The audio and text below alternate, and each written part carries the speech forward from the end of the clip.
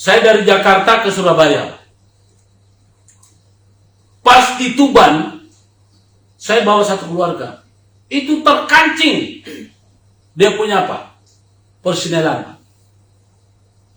Ternyata bukan berarti sudah kiamat bagi saya. Mulai dari ujung Tuban sana, saya bawa keluarga saya malam. Dia baru mogok sampai di jalan tol Gresik. Mobil saya sudah datang naik. Baru di situ udah bisa benar-benar, gak bisa lagi saya injak itunya, remnya. Di situ saya lihat mujizat dari Tuhan. Kalau kita lurus, Anda tanpa meminta pun Tuhan sudah sediakan. Tapi kalau Anda bengkok, walaupun Anda mungkin hari ini dikasih, ditambahkan rezekinya orang-orang yang gak lurus, orang-orang jahat itu. Tapi ingat, ya, semakin banyak rezeki Anda dikasih, karena sudah terlanjur ada hitam-hitam di sini, ya, Anda tidak akan pernah menghapuskan begitu. Jadi saya ini bukan ustadz, bukan ulama, bukan pendeta, tapi saya belajar ilmu hidup, ya, ilmu hidup. Karena itu saya tidak takut. Saya tidak pernah takut. Kalau hakim mau meneruskan persidangan, silakan. Saya tidak mau lagi ikuti. Karena kenapa? Buat apa? Orang bersidang itu sesuai dengan undang-undang kekuasaan kehakiman.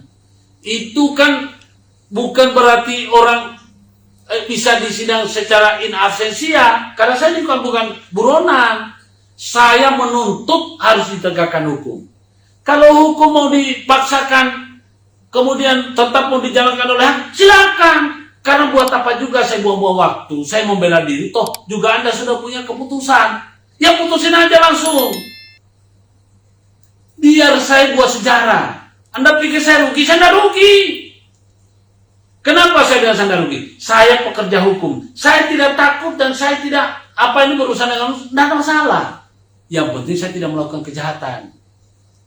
Ya, selama saya tidak melakukan kejahatan, saya ini bukan PNS. Bukan juga aparatur negara yang mendapatkan income dari negara, dari uang rakyat. Jadi saya nggak takut.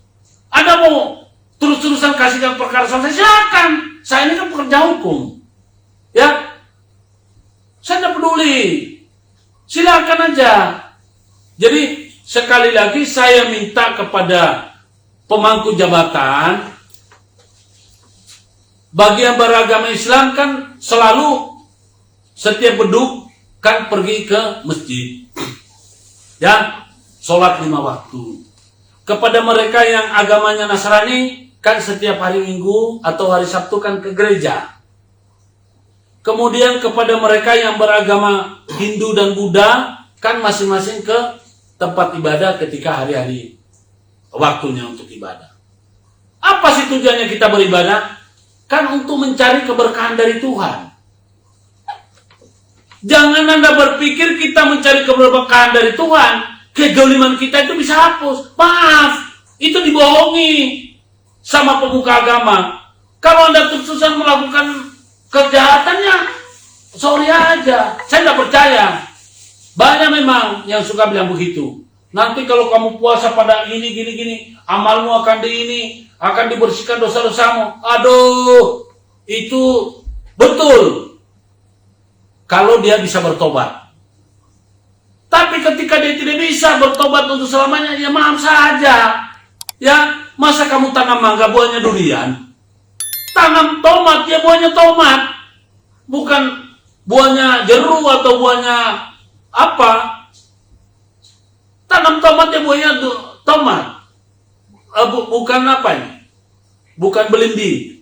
Ya, tanam jeruk, ya tetap aja. Ya jeruk yang berbuah. Tanam durian, ya durian yang tumbuh dan berbuah adalah durian. Jadi kalau Anda tanam kebaikan, Anda akan mendapatkan imbalan kebaikan dari Tuhan.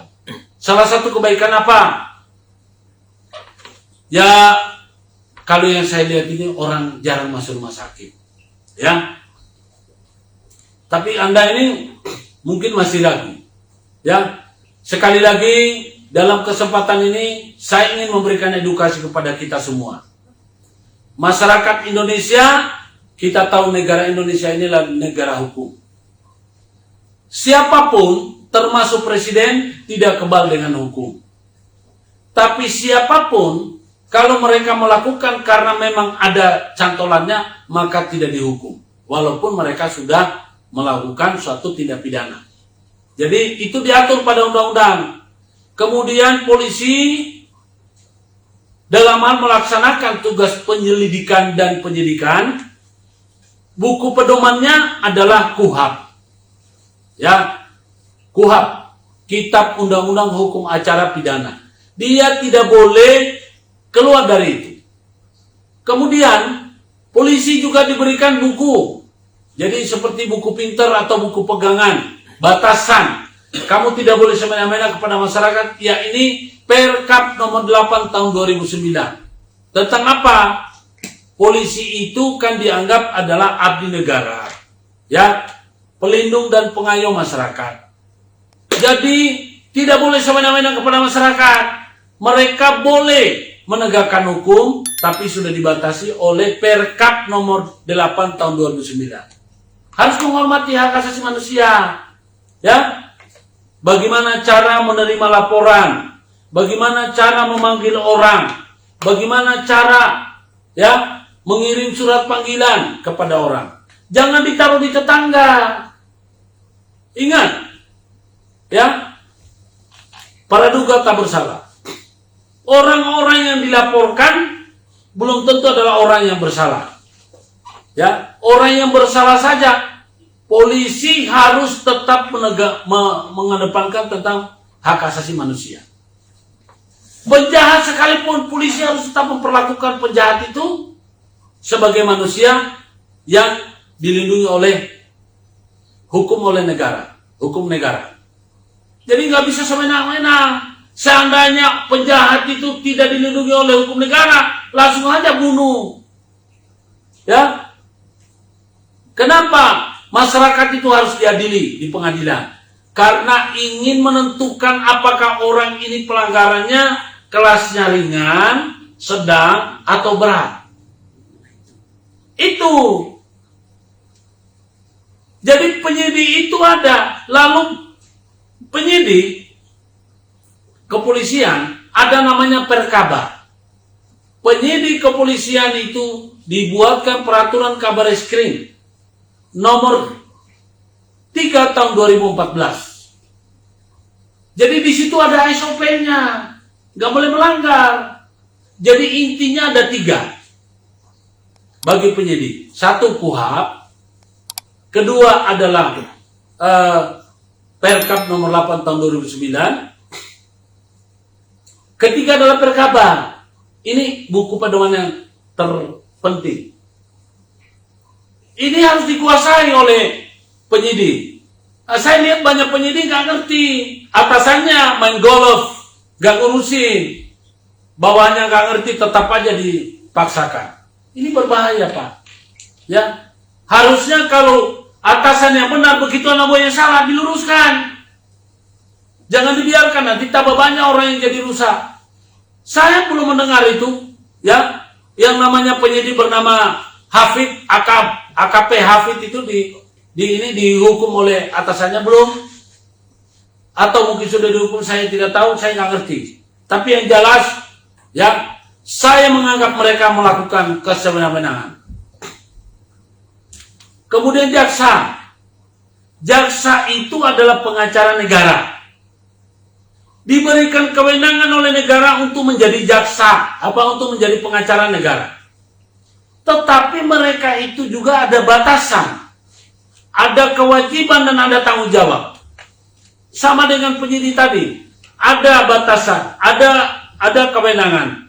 Tapi kewenangan mereka dikasih batasan, dikasih kewajiban, dikasih tanggung jawab.